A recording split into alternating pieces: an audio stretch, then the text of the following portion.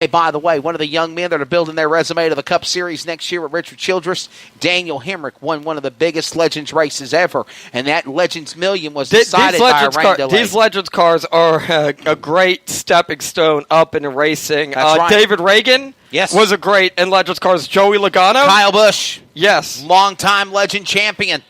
And again, Daniel Hemrick won the Legends Million during rainy conditions in Charlotte. Great restart there by Will Bristol. He got a great restart, but looks like the B1, Britton Irving, he's trying to stay with him. Look at Cam Murray in third. He's got some pressure from behind.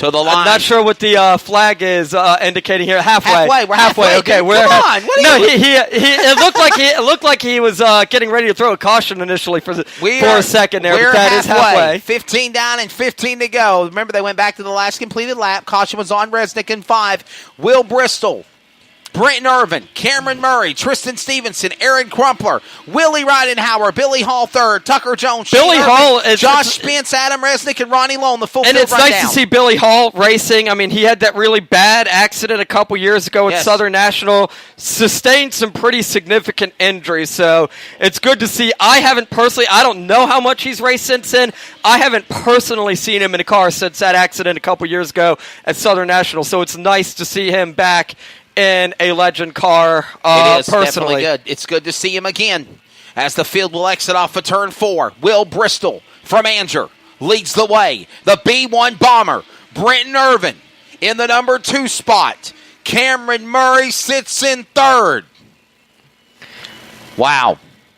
Will Bristol pulling away, so he's definitely showcasing that he's got the fastest car tonight. Once again, those Dillon Spain Motorsports cars always. Whoa, hold on at a 4. Boy, I thought he was going to turn it around. Number 14, Josh Spence. He gave us some suspense. He saved it off of turn 4, Andy, and will still stay green. Yeah, so out front, it is still, they're working around the 7 car again. This is Will Bristol still leading.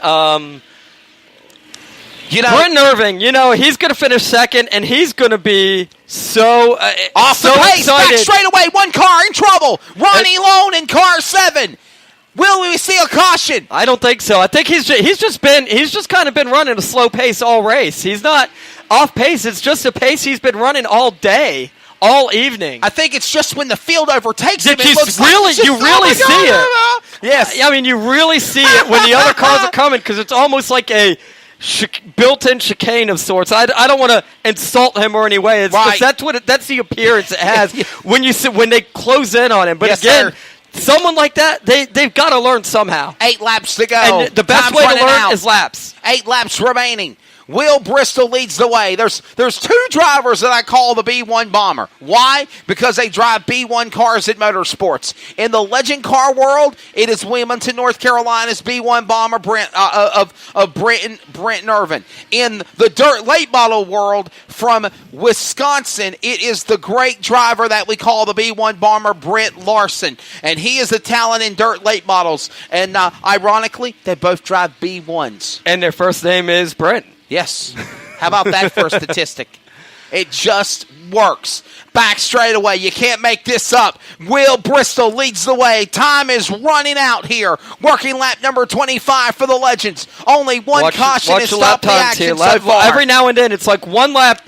Irving closes in and runs a quicker lap than Will, and then the next lap, Will picks it up by a tenth or two. So just pretty much stabilized out front here right now. It's gonna take something we don't see often or ever on a Dillon Spain Motorsports car, which is a mechanical problem for this to go the way Britton Irving's going to need it to. Time is running out. They're going to come to the line this time by working lap number 26. 4 laps to go. Hot and heavy traffic mid-pack between those cars of Tristan Stevenson in 12. 316 Willie Wattenhauer. And also the 30 in the mix of Billy Hall the third. They come to the line. 3 to go. And the leader is still in turn 3. He is out in front. Will Bristol. And we got a caution. Trouble turn 4. Oh, man.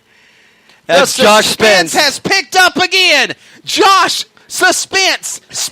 Right before that, I was going to comment on the lap times. We saw Will Bristol. He runs an 18 18.8. Yes. Then goes and runs an 18.3. Wow. Whereas Brenton Irving's running 18.5. Is that big Mama Chandler trophy you're talking about that beautiful trophy queen has down there? Wow, it's as tall as she is. Literally. And she's not a short person. Yeah, she's a little more than average height for like I want to say 5'5", 5'6", something like that. So that is no small trophy. It's bigger than the cars are. A nice 5', 6' trophy for the taking to the winner. It's literally taller than she is. It is taller. I want to get a photo of that right there. It's like when the hardware is bigger than you. When the hardware is bigger than beauty. That's what you should put as your tweet. Definitely. Pretty lady down there, our Miss Coastal Plains down there, trophy girl. And, of course, the nice 6-foot trophy. It's taller than she is. Well, I'll tell you what, Andy, we set ourselves up for a shootout. 4 laps to go in the Fireball 220 for the Legends feature of the night. And how about this going on? Will Bristol, phenomenal job in car number 91, leading the way, flag to flag, in the 91 out of Andrew, North Carolina. In second spot, Brenton Irvin in the B1 Bomber, B1 Machine, and Cameron Murray right there in third.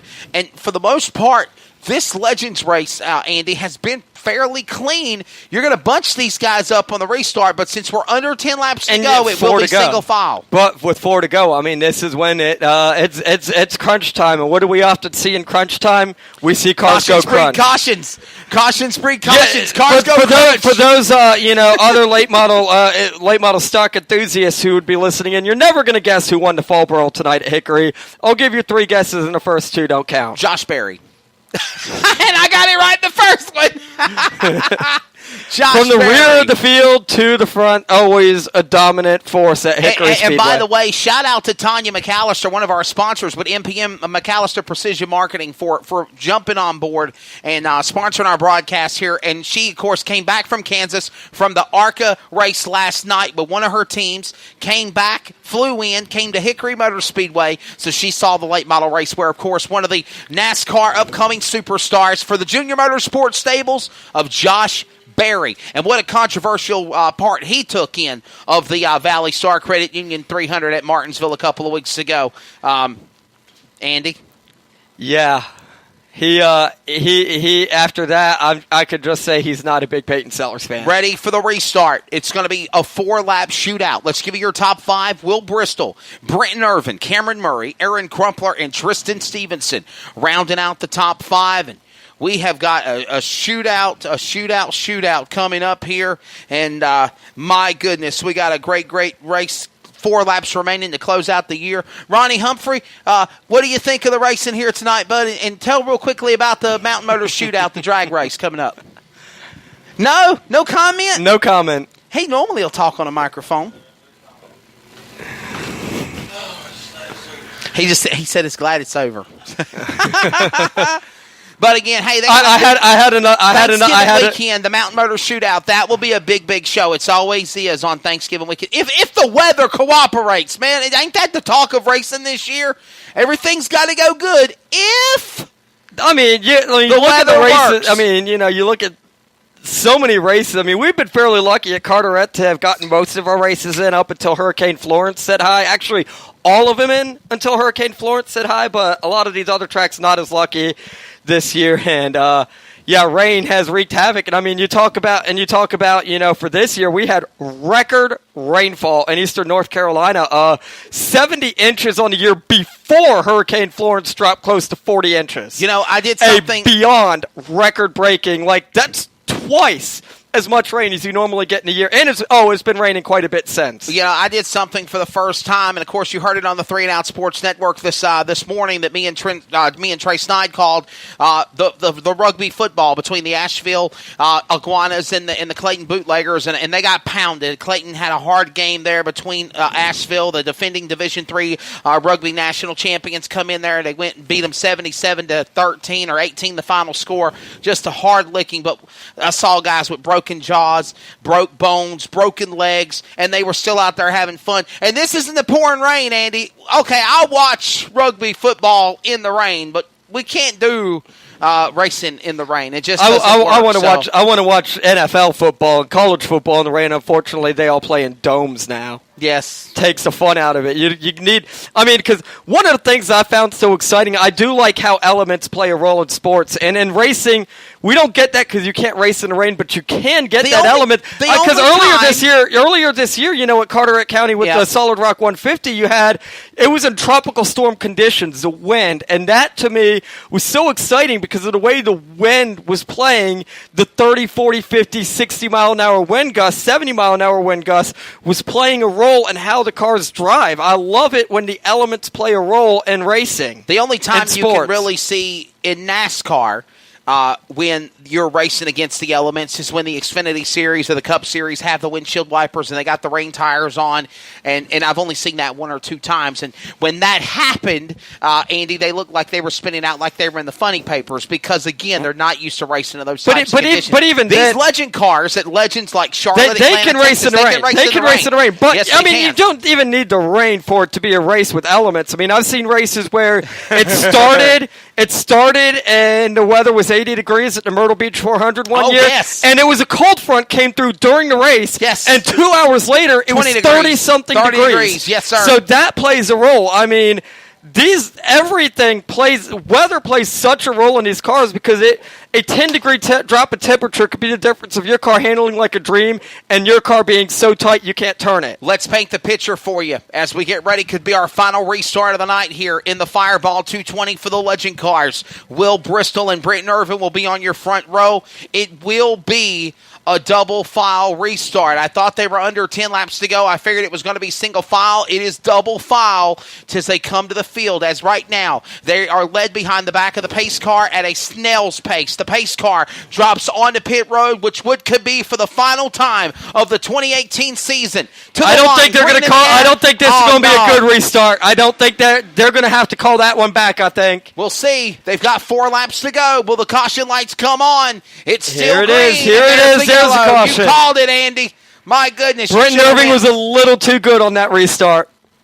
And the call now being given by race director Levon Vance. This is your warning. Don't do it again. You'll lose your spot. Jack Ward on the starter stand, veteran flagman, will give the warning as well. Jump every restart as they say, Andy Marquise will re-rack them and restack them. And the suspense continues here for another time. The pace car will catch the field. And again, jump the restart because if you get away with it, you get away with it. That's what I say after some of the races we have seen this year in short track racing. Just take the risk, jump the restart, and hope you don't get caught. And in this case, no penalty, but if he does that again, he will be. So he's going to have to be a little more cautious on this. But, when a car's as fast as Will Bristol's been, you got to do whatever you can to win. And in this case, he needed to get as good a restart as possible. And there may have been some gamesmanship going on. We see that, and it's been a thing that's, in the last 5 years, we've seen short tracks adopt these restart zones. And what we've seen is some gamesmanship. We'll set it up for you again here as we are still under the caution flag. Hey, upcoming broadcasts on the 3 and Out Sports Network include next week, we have got the North Carolina High School volleyball playoffs going on with the volleyball, the Clayton Comets High School playoffs in football as they have a quest for a state championship. We are the voice of the Comets, and we've got you covered with coverage beginning with high school football as they roar down into the postseason, and we've also got you covered with volleyball for the state playoffs. Shout out to Marlon Lee, the coach of the Comets. In addition to that, we've got you next Thursday, Friday, Saturday, and Sunday for the 15th annual Dillon Motor Speedway Fall Classic 400. We'll have coverage of that event on the 3 and Out Sports Network all 4 days featuring NASCAR late models, super trucks, and so much more. And then on the following week, rugby coverage between Cape Fear and the Clayton Bootleggers on the 3 and Out Sports Network, and also the Fall Classic 500 at Florence Motor Speedway. 3andoutradio.com and on our social media. Clean restart this time. Clean restart this time. And wow. Look at Bristol all over. That was Irving all over Bristol for the top spot. Nose to tail, but here he goes. Bristol going to check out now. And they'll come to the line. Whoa, 3 to go. And Britton Irving got really loose there out of turn 4. I mean, he is driving for everything Erratic? he can get. He's the word trying erratic? to get everything he can get right now, and that's what we see from Britton Irving. He's not going to lay down. If he's going to do whatever it takes, he might wreck it out on the last lap, but he's going to go for it. Well, one thing for certain, Andy Marquise, they're coming to the line. It's 2 to go. The